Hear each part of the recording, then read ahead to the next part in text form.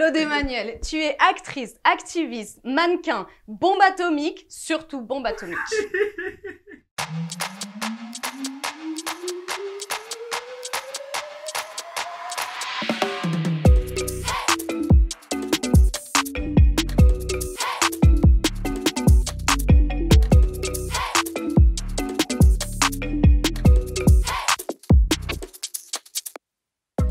Bienvenue aux Azémistans.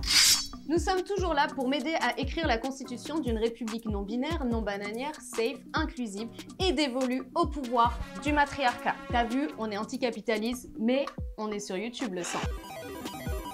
Alors like, abonne, partage et détruis le système depuis l'intérieur avec nous. Depuis quelque temps, un sujet secoue le vieux monde. J'ai nommé la transidentité. Les Gaulois et autres peuples occidentaux semblent fortement perturbés par le fait que certaines personnes ne se reconnaissent pas dans le genre qui leur a été assigné à la naissance. Ils sont comme ça là-bas. T'es né pauvre, tu restes pauvre, t'es né garçon, tu restes garçon. C'est pareil pour tout. Pourtant, c'est un phénomène vieux comme le monde.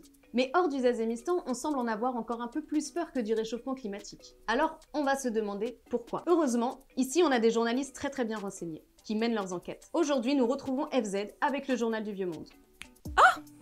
Salut Zazem! Aujourd'hui, on va parler de transidentité et des frissons que ça donne au vieux monde mesquin. Enfin, quand je dis vieux monde, je veux bien évidemment parler du monde actuel, parce que finalement, plusieurs cultures ancestrales ne voyaient pas le genre par le prisme simpliste qui caractérise les sociétés actuelles. En gros, le vrai vieux monde, il avait pas tant de soucis que ça avec la transidentité. Les personnes transgenres sont persécutées dans le vieux monde, car quand on sort des schémas imposés, ça bégaye chez les faibles. Pourtant, c'est pas compliqué, non?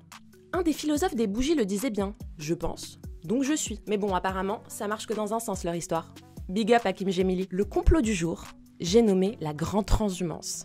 Certains et certaines pensent que la transidentité est un coup monté, mis en place par les féministes en partenariat avec le lobby agroalimentaire. Ouais, moi à leur place, je me méfierais du lobby agroalimentaire, surtout parce qu'apparemment, on leur a implanté des endives là où normalement il y a un cerveau. Et toutes les féministes ne sont malheureusement pas de la fête. Les TERF, par exemple, les féministes qui n'aiment pas les femmes trans, elles ont décidé, juste comme ça, parce qu'elles le valent bien, de définir qui est une femme et qui ne l'est pas. Mais concentrons-nous sur des choses plus intéressantes. Le complot est dévoilé au grand jour.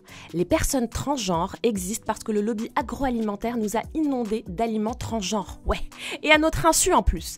Et donc, à force de consommer des fruits et des légumes transgenres, il crée un terrain favorable à la transidentité. Eh ouais, transpresso? What else? Et paf! Ça fait des personnes transgenres. Sans vouloir être condescendante depuis le turfu, cher vieux monde, n'hésitez pas à vous transformer. C'est tout pour moi. C'était FZ pour le Zazémistan. À vous les studios! Aux Azémistans, avant même la création de l'État, on se demande comment on va pouvoir enfin vivre avec le genre qu'on a choisi. On se demande ce qui fait si peur là-dedans et pourquoi certains se sentent le droit d'en assigner un à d'autres. Et surtout, on se demande ce que ça ferait si c'était l'inverse. Ce que ça ferait si on passait au moins une fois dans sa vie de l'autre côté du miroir de son genre. Tout ce qu'on sait, c'est que la plupart des hommes hétéro-cisgenres passeraient les 2 premières semaines à se caresser les seins.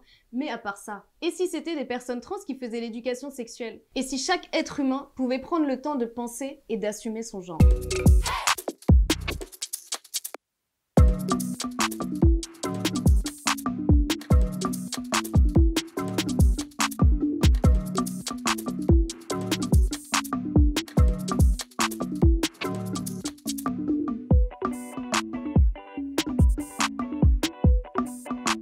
Alors, Claude Emmanuel, bonjour et bienvenue aux Azémistans. Merci, trop contente. Ça va, t'es bien installé? Ah là, je pense que au top. Clairement, tu fais baver Internet, même ceux qui ne l'assument pas. Ton compte Instagram est à suivre absolument, car tu es une influenceuse qui assume sa transidentité et qui donne des milliers de conseils. Vrai. En vrai, je sais même pas quoi te dire tellement t'es dans le turfu. Oh. C'est déjà pas facile d'être une femme, mais alors une femme trans racisée, voilà, là c'est carrément un level au-dessus. Donc comment toi t'as trouvé le courage de vivre ta vie et qu'est-ce qui te donne la force au quotidien en fait? Et je dirais que j'ai été énormément matrixée la première partie de ma vie. Je dirais qu'il y a la phase de l'enfance, la phase de la préadolescence, l'adolescence et la jeune vie d'adulte. Ça fait beaucoup d'étapes, je sais, mais pourtant elles sont très importantes dans la construction de mon identité, dans le sens où, au plus loin que je me souvienne, on a toujours essayé de me recadrer, parce que ça se voyait finalement. Il y avait un truc qui se voyait, qui était de l'ordre de l'identité ou de la sexualité, et ça se voyait, et il fallait qu'on essaye de me recadrer. Donc à chaque fois, je subissais des punitions qui étaient en fait le rejet concrètement de ce que mon géniteur essayait de m'infliger physiquement mais aussi mentalement. J'étais très fermée.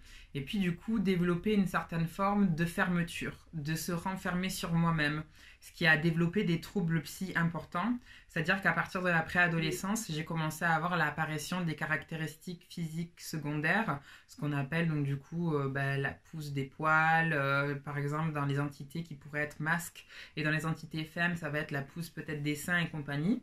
Et donc, du coup, j'identifiais qu'il y avait un truc qui allait pas parce que jamais de ma vie, même auprès de mes parents, je m'étais identifiée en tant qu'entité masculine sur cette planète. Enfin, le seul truc que je savais, c'est que j'étais sûre à 100% que j'étais pas un homme, quoi. Et du coup, je me suis renfermée sur moi-même et je me suis renfermée sur moi-même grâce... ce qui m'a aidé à tenir jusqu'à un certain point, c'était les TCA.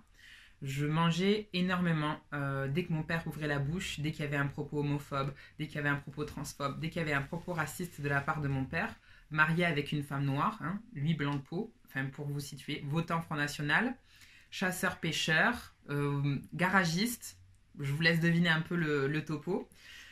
Tout simplement, moi j'intériorisais ça et je transvasais ces images-là en donc du coup avalant le plus de nourriture possible.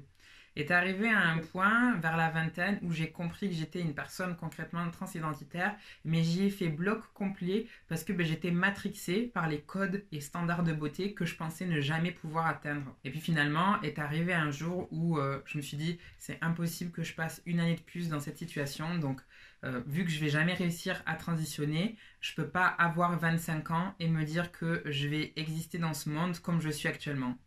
Du coup, j'ai fait une bêtise. J'ai essayé d'attenter à ma vie un jour avant mes 25 ans et je me suis bien ratée. Et je me suis réveillée du coup dans un endroit spécialisé et c'est là que en fait, j'ai tout simplement dit, j'ai dit je pense que j'y arriverai jamais.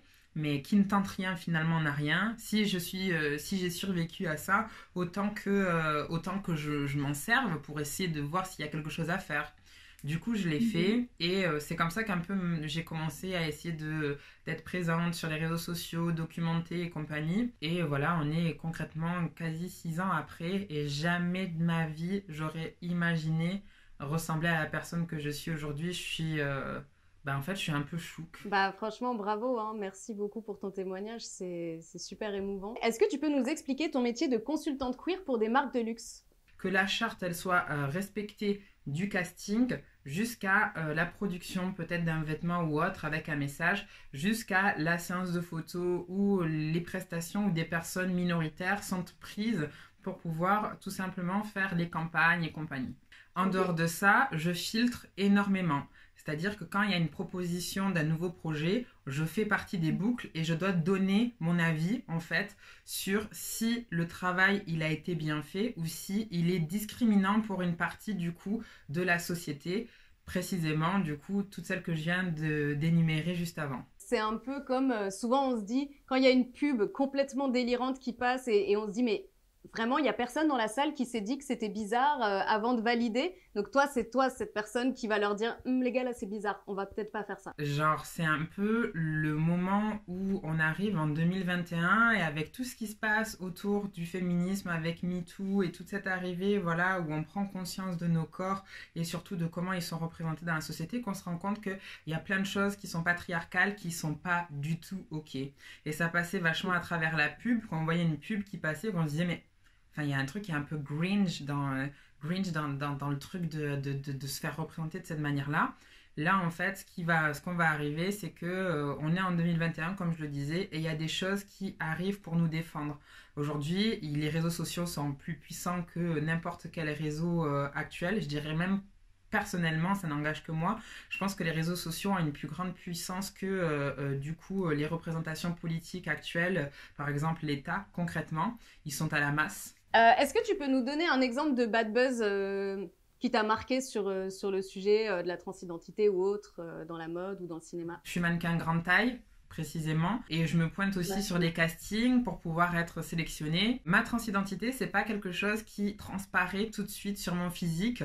Je dirais que j'ai un physique très ancré dans l'hyperfemme de l'esthétique cisgenre, donc du coup j'avoue que j'ai pas énormément de problèmes à part le sexisme et la misogynie ambiante. Je me pointe au casting et on me dit « Ah, ta transidentité ne transparaît pas sur toi. » Et puis finalement, je ne suis pas prise. Et puis la pub ou le projet sort. Et en fait, c'est un homme cisgenre déguisé en femme, du coup, qui est censé représenter les femmes trans, qui a le job avec vraiment un truc où la personne, elle est grimée et compagnie.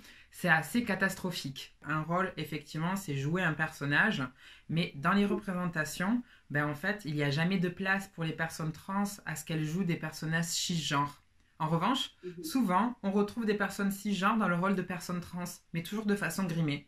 Du coup, aujourd'hui, je pense que ça serait quand même plus valide que les personnes qui sont utilisées, du coup, pour pouvoir représenter une certaine forme de minorité, ce soit elles qui les jouent pour pouvoir, en fait, créer une forme d'équité et une bonne représentation, encore une fois, et une bonne visibilité. C'est un peu la même chose que le whitewashing quand on fait jouer à des actrices blanches le rôle d'une personne asiatique, par exemple, ou ce genre de choses. C'est exactement la même chose. La fétichisation. La fétichisation des femmes trans qui sont surreprésentées dans la porno-industrie, en fait, ça nous porte pas de bonnes perspectives d'avenir, et surtout pour les jeunes personnes trans qui arrivent dans le game, qui sont de plus en plus jeunes, on se retrouve avec beaucoup d'histoires de viol et beaucoup de violences, en fait, dans leur vécu que l'on voudrait, en fait, concrètement éviter.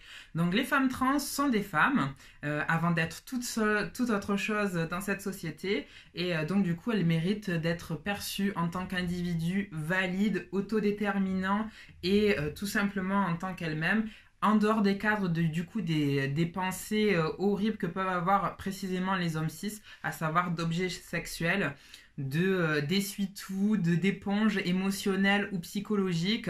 I'm not your mother, I'm not your sister, I'm just your lover. That's it. Mais fuck this shit, actually. Et pour le reste, aller voir des psys, quoi. Plutôt pas mal bien, prise en charge par la sécurité sociale. Claude Emmanuel, on va te faire un petit questionnaire pour voir si tu es Zazemistan compatible.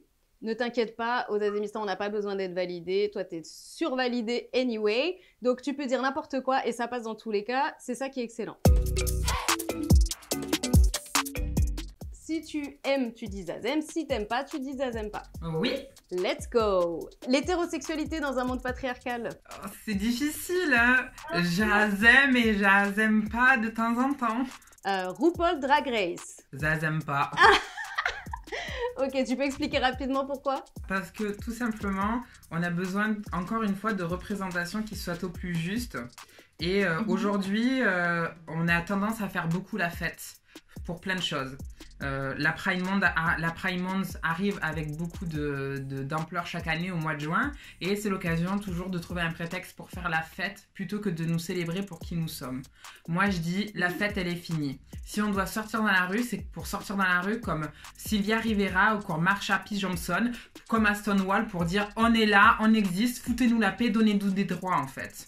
C'est tout. Donc no more drags here, just true people. Ok. Le yoga. Zazem, la tenue de yoga. Ah ok, ouais, je comprends moi aussi. L'annuaire des acteurs et actrices trans du collectif Représente Trans, tu l'as déjà dit. Zazem. Argumenter avec les turfs. Zazem pas. Retourner vivre à La Réunion. Zazem. Le confinement. Zazem pas. La Fashion Week. Zazem, les shows, mais pas le côté fiesta et compagnie. One shop from the back for me. La fourrure. J'aime pas. Les filtres Insta. J'aime pas. True to the people.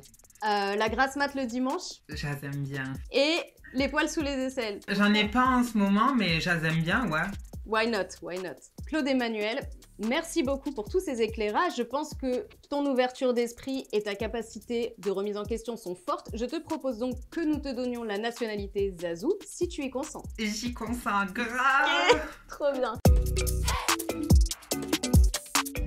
Est-ce que tu as un objet sur lequel tu vas jurer? Et si oui, lequel? Je vais jurer sur cet objet. Tu peux nous expliquer ce que c'est? C'est un couteau suisse que dans le sud, on offre du coup aux garçons pour qu'ils puissent entrer dans cette vie adulte. Toi-même, tu vois, bien costaud, bien fort, bien machiste, bien patriarcal. Et finalement, je me rends compte que ce couteau suisse, ça a été une inspiration un peu comme un ready-made dans mon travail. Aujourd'hui, je me retrouve artiste pluridisciplinaire et en fait, je suis un couteau suisse. Mais je suis pas le couteau suisse que mon père voulait. Donc c'est pour dire aux gens aussi qu'ils peuvent être le couteau suisse qu'ils ont envie d'être. J'adore. Est-ce que tu peux répéter après moi? En tant qu'être humain libre de mes pensées et de mes mouvements. En tant qu'être humain libre de mes pensées et de mes mouvements. Je jure d'être intersectionnel pour toujours. Je jure d'être intersectionnel pour toujours. D'être émancipé et de ne jamais me sous-estimer. De m'émanciper et de jamais me sous-estimer. Je jure d'être une bonne alliée. Je jure d'être une bonne alliée. Liberté, minorité, sororité. Liberté, minorité et sororité, et je rajouterai adelphité. Adelphité, carrément. Claude Emmanuel, je te déclare Zazou. Je vais te verser ton premier revenu universel en Clitcoin. C'est pas des euros ni des francs CFA. Est-ce que t'es prête? Oui!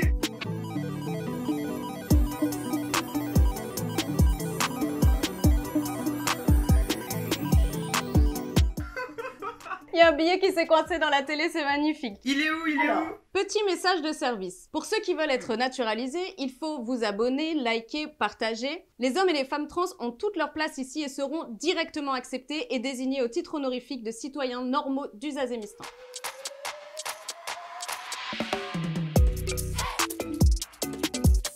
Inspiré par ta personne, j'ai une proposition de loi à te soumettre. Allons-y.